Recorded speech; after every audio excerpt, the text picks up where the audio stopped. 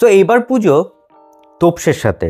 Hi guys, welcome back to review square. তোমাদের সাথে আমি রৌনক। আজকে চলে এসেছি অনিক দত্ত পরিচালনা আসতে চলেছে নতুন বাংলা ছবি যতকাণ্ড কলকাতায়, এবং এটার সাথে ফ্রেন্ডস কমিউনিকেশনও যুক্ত আছে, এবং যাতে মুখ্য ভূমিকা অভিনয় করেছে আবি চ্যাটার্জি, কাজী নওশাবা আহমেদ প্রমুখ। সো এই টিজারটা আমার কেমন লাগলো, দেখো টিজারটা কেমন লাগলো বলার আগে আমি দুটো কথা বলতে চাই। নাম্বার ওয়ান হচ্ছে অনিক দত্ত।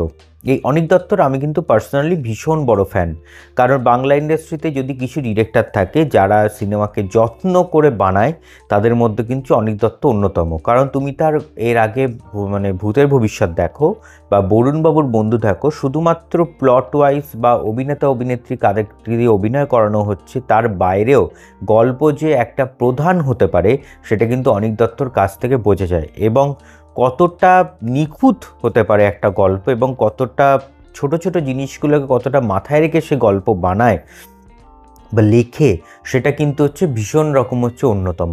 অনিক দত্ত অন্যতম, সত্যি কথা বলতে কি।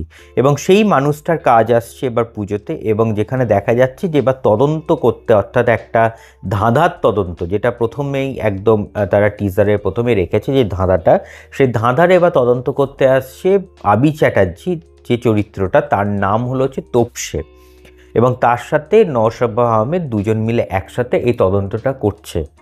এবার তদন্তটার স্বার্থে তারা কলকাতার বাইরেও যাচ্ছে পাহাড়ে, সেখানে গিয়ে তারা তদন্ত করবে, এবং সেখানে কিছু সিন আছে, এবং তার সাথে পটার একটা গান রয়েছে, যেটা কিন্তু ভীষণই ভালো, এবং বেশি ডিউরেশন নয়, 1 মিনিট 1 সেকেন্ড এর ডিউরেশনের হচ্ছে একটা টিজার তারা তৈরি করেছে। বেশি গল্পটাকে তারা বের করতে চায়নি, এবং আমার মনে হয় যে আমি একটু উল্টোভাবে বলতে চাই যে এবার এই সিনেমাটার সাথে বাকি পুজোতে রিলিজ করা সিনেমাগুলো কিন্তু ক্ল্যাশ করতে চলেছে। কারণ আরেকটা দিক রয়েছে অনিক দত্ত ছাড়াও, সেটা হলো হচ্ছে ফ্রেন্ডস কমিউনিকেশন।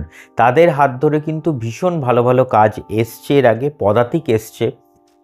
সো এবারেও এই কাজটাও কিন্তু হচ্ছে ভীষণ রকম ভালো হবে বলে আমার মনে হয়, কারণ এই সিনেমার অনিক দত্তর সিনেমার অডিয়েন্স কিন্তু আছে। সো তারা কিন্তু হলে গিয়ে আসবে এই সিনেমা দেখতে, কারণ উইন্ডোজের অডিয়েন্স কিন্তু এবার ভীষণ ম্যাচিওর অডিয়েন্স।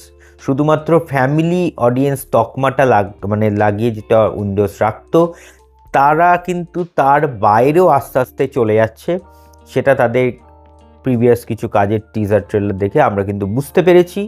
সো সেই কারণের জন্য আমার মনে হলো যে এই যতকাণ্ড কলকাতায় সিনেমাটা প্রথম দিকে হয়তো অতটা বাজ পাবে না, কিন্তু আস্তে আস্তে ওয়ার্ড অফ মাউথে কিন্তু এর বাজ ভালো হবে, এবং আস্তে আস্তে কিন্তু এগিয়ে যাবে, এবং এর ভালো বক্স অফিস কালেকশনও কিন্তু আসতে চলেছে বলে আমার মনে হয়।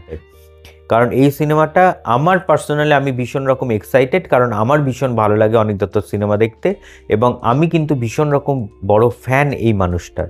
সো এই ছিল হচ্ছে আজকে যতকাণ্ড কলকাতায় টিজার রিভিউ ভালো লাইক করো, শেয়ার করো, এবং চ্যানেলটা সাবস্ক্রাইব করে দিয়ে কেমন লাগছে কমেন্টসে জানাতে ভুলো না। সো ভালো থাকবেন, সুস্থ থাকবেন, এবং সিনেমা দেখবেন আমাদের চোখ দিয়ে। Thank you.